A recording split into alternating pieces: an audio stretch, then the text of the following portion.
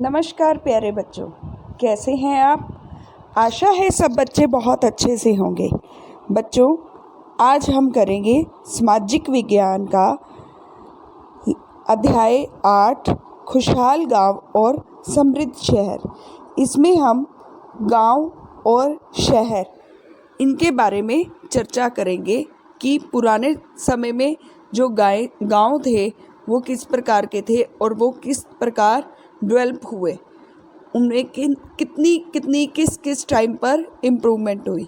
तो चलिए बच्चों शुरू करते हैं। पुराने ज़माने में हथियार थे, लोहे के हथियार, इनके बारे में पढ़ा। अब हम पढ़ेंगे कि जो सिंचाई है वहाँ पर जो पानी था वो किन किन चीज़ों से हमें, किन किन स्रोतों से हमें प्राप्त होता था। तो बच्चों, ये जैसा कि आप देख रहे हैं इस पिक्चर में, इसमें बहुत से ये आपको गोल गोल ये नज़र आ रहे होंगे। तो ये बहुत पुरानी पिक्चर है। तो ये उस टाइम की पिक्चर है, हड़प्पा संस्कृति के टाइम की, जब वहाँ पर जो उनका निकास व्यवस्था होती थी, पानी की निकलने की व्यवस्था होती थी, वो बहुत भिन्न होती थी। तो उन्होंने मिट्टी के ये कुछ वल्यकूप, जिसको हम फ्लावर पॉट टाइप, कुछ पॉट से बोल सकते हैं, पॉट्स होते हैं जैसे हम फ्लावर पॉट बनाते हैं, इसी तरह एक पॉट से बनाए होते थे उन्होंने। और इसमें वो पानी एकत्रित करते थे, जिसको हम छोटे छोटे कुएं भी बोल सकते हैं। और इनका प्रयोग वो अनेक जगहों पर करते थे, जैसे कि गुसलखाने में, मतलब जिसको हम वॉशरूम बोलते हैं, नाली, कूड़ेदान में प्रयुक्त होते थे।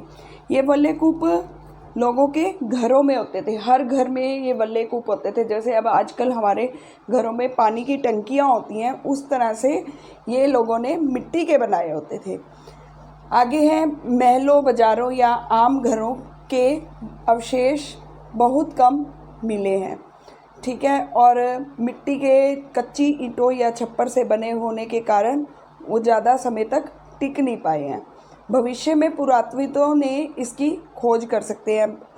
मिट्टी के थे तो वो ज़्यादा, हमें कुछ ज़्यादा अवशेष नहीं मिल पाए, लेकिन जो हमारे हिस्टोरी जो हमारी ये खोज करते हैं पुरातत्वविद, ये इनकी खोज कर सकते हैं। तो आगे है प्राचीन शहरों के बारे में। वहाँ गए नाविकों तथा यात्रियों के विवरण के द्वारा भी पता चलता है कि वहाँ का जो रहन सहन था वो कैसा था। ऐसा ही एक विस्तृत विवरण यूनानी युवक का है, जिसका नाम था बेरीगाजा। भरूच का यूनानी नाम है ये। और वहाँ उस टाइम में जो बेरीगाजा की संकरी खाड़ी थी, वहाँ पर जो नाव चलाना बहुत मुश्किल होता था। तो वहाँ पर बहुत अनुभवी लोग, जिनको प्रैक्टिस थी, वो ही जहाज ला जा सकते थे। और जो वहाँ के लोग थे वो शराब, टिन, सीसा, मूंगा, पुखराज, कपड़े, सोने के सिक्कों का आयात करते थे। और इसी तरह हिमालय की जो जड़ी बूटियाँ थी, हाथी दांत थे, गोमेद, कार्निलियन, सूती कपड़ा, रेशम, इत्र यहाँ से निर्यात किए जाते थे। तो जो राजा के लिए वहाँ के लोग जो थे वो भी उपहार लेके आते थे, जैसे कि चांदी के बर्तन हो गए। बहुत उस टाइम में टीवी तो होता नहीं था, तो वो राजा महाराजा अपना मनोरंजन करने के लिए गाने सुनते थे या नृत्य देखते थे। तो उसके लिए किशोर, बहुत जवान लड़के या लड़कियां लेकर आते थे, और अच्छी शराब लेकर आते थे, और बहुत महंगे कपड़े भी लेकर आते थे। तो अब हम आगे पढ़ेंगे कि सिक्के। तो जो सिक्के हैं वो आपको मैंने पहले भी इस लेसन में करवाया था कि जो वहाँ पर बहुत से जो हमारे जो हिस्टोरियन हैं, वो उन्होंने बहुत से सिक्के भी ढूंढे हैं। और ये सिक्के बहुत पुराने हैं, और जो कि करीब 500 साल चले हैं। और इनका चित्र आपको दिख रहा है कि इस टाइप के सिक्के होते थे, और ये चांदी और तांबे के बने होते थे। और इनकी जो आकृति थी, आकृति को, किसी भी चीज़ की आकृति जैसे होती थी, वहाँ पर जो सिलेक्टेड हमारी आकृतियाँ थी वो इन पर गाड़ कर बनाया जाता था, तो इसको हम सिक्का कहते थे। उसके बाद है विनिमय के अन्य साधन। अब संगम साहित्य की इस छोटी सी कविता को पढ़ो। खेतों के सफ़ेद धान गाड़ियों पर लादे जा रहे हैं, नमक के लिए लंबे लंबे रास्ते, चांदनी सी सफ़ेद रेत पर परिवार को समेटे, कहीं पीछे छूट ना जाए। शहर से नमक के सौदागरों के यूं चले जाने से सिर्फ सन्नाटा रह जाता है। समुद्र के किनारे नमक का बहुत ज़्यादा उत्पादन होता था। आपको पता है जो समुद्र का पानी है उसको हम खारा पानी बोलते हैं। जब पानी तट पर आता है, किनारे पर आता है, तो वो सूख जाता है और वो सूख कर क्या बन जाता है, उसमें पानी हो जाता है, तो वो नमक बन जाता है। तो इससे क्या होता है, किनारे पर नमक जो होता है वो ज़्यादा मात्रा में मिलता है। अब है अनेक गतिविधियों के केंद्र कैसे थे। 2500 साल से भी ज़्यादा से एक महत्वपूर्ण नगर रहा है मथुरा जो है, क्योंकि यह यातायात और व्यापार के दो मुख्य रास्तों पर स्थित था। इसमें से एक रास्ता उत्तर पश्चिम से पूरब की ओर और दूसरा उत्तर से दक्षिण की ओर जा रहा था। शहर के चारों ओर किलेबंदी थी और अनेक मंदिर थे। तो बच्चों आपको समझ आया कि 2500 साल पहले से भी ज़्यादा जो हमारा ये नगर, वहाँ के नगर थे, उदाहरण के लिए उन्होंने मथुरा नगर लिया है, तो वो बहुत पुराना नगर था और इसके जो रास्ते थे वो दो मुख्य रास्तों पर प्रसिद्ध थे। उसमें से एक रास्ता जो था उत्तर पश्चिम से पूर्व की तरफ था और दूसरा रास्ता जो था उत्तर से दक्षिण की तरफ था। और चारों तरफ दीवारें थी बहुत बड़ी बड़ी और इसमें बहुत सारे मंदिर थे, पशुपालक थे, किसान थे और जो अपना भोजन जुटाते थे। और वहाँ पर बहुत सुंदर मूर्तियाँ बनती थी। लगभग 2000 साल पहले मथुरा कुषाणों की दूसरी राजधानी बनी। और तुम अगले अध्याय में पढ़ोगे कि मथुरा एक धार्मिक केंद्र भी रहा है। यहाँ बौद्ध विहार और जैन मंदिर हैं।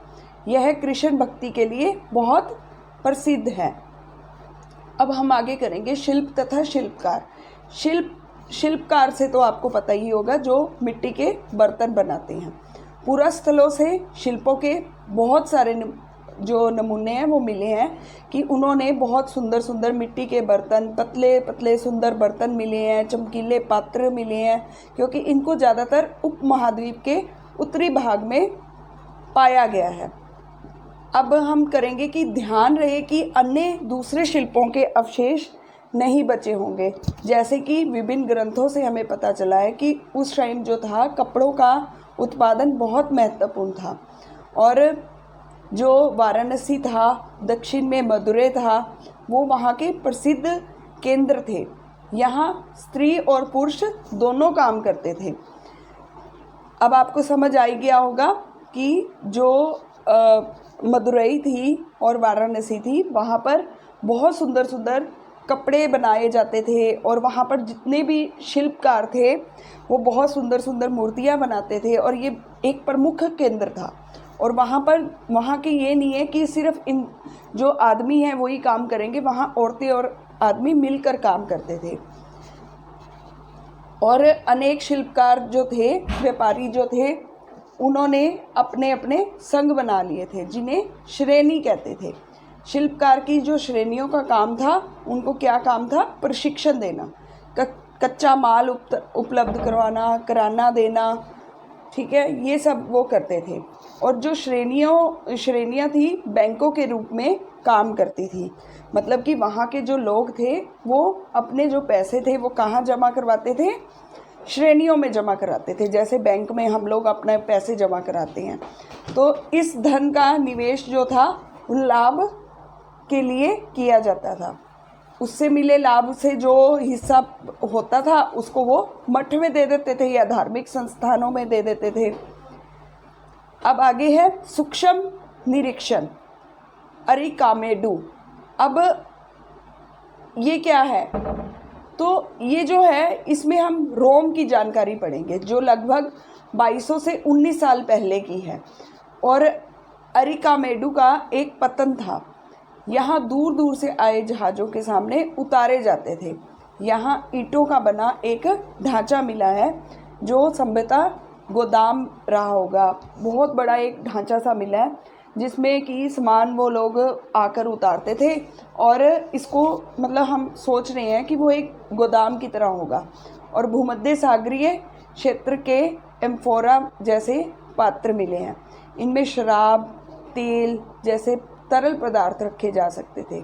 इनमें दोनों तरफ से पकड़ने के लिए हत्थे लगे हुए होते थे और चमकदार बर्तन थे। इन बर्तनों को एरेटाइन बोलते थे। अब आप ये पिक्चर में भी देख रहे हैं कि ऐसे बर्तन मिले हैं जिनका डिज़ाइन तो रोम का था, किंतु वो बनाए यहीं पर जाते थे। और रोमन लैंप, शीशे के बर्तन, रत्न आदि बहुत सारी चीज़ें मिली हैं। साथ में छोटे छोटे कुंड मिले हैं जो कि किस काम आते थे? कपड़े की रंगाई करने के काम आते थे। और यहाँ पर शीशे और बहुमूल्य पत्थरों के मनके भी प्राप्त हुए हैं। अब आप ये पिक्चर देख रहे हैं, ये पिक्चर यूरोप की है। यह यूरोप का सबसे पुराने शहरों में से एक है। इसका विकास लगभग तभी हुआ जब गंगा के मैदान बस गए थे और 2000 साल पहले इस पर शासन किया था एक ऑगस्टन ने। और यहाँ पर संगमरमर का एक बहुत बड़ा सुंदर शहर भी बनाया गया था। इसके बाद कई शासकों ने कई मंदिर, महल बनवाए थे और बड़े बड़े रंगमंडल बनवाए गए थे। और इनमें चारों तरफ जो थे बैठने के लिए सीढ़ीनुमा स्थान होता था, जहाँ पर जो लोग थे वो विभिन्न प्रकार के कार्यक्रम देख सकते थे। स्नान घर बनाए थे स्त्रियों और पुरुषों के लिए, जो समय अलग अलग निर्धारित था। जो स्नान घर थे, एक टाइम में स्त्री जाती थी, एक टाइम में पुरुष जाते थे। यहाँ के लोग एक दूसरे से मिलते थे और आराम करते थे एक दूसरे की से, मतलब उस टाइम में प्यार था। बड़े बड़े जलवाही जो थे वो सेतु के जरिए स्नान गृहों में और फुहारों, गुसलखानों में पानी जो था वो लाया जाता था। तो बच्चों, यहाँ पर हमारा ये लेसन ख़त्म होता है और आशा है आपको कि ये लेसन बहुत अच्छे से समझ आया होगा।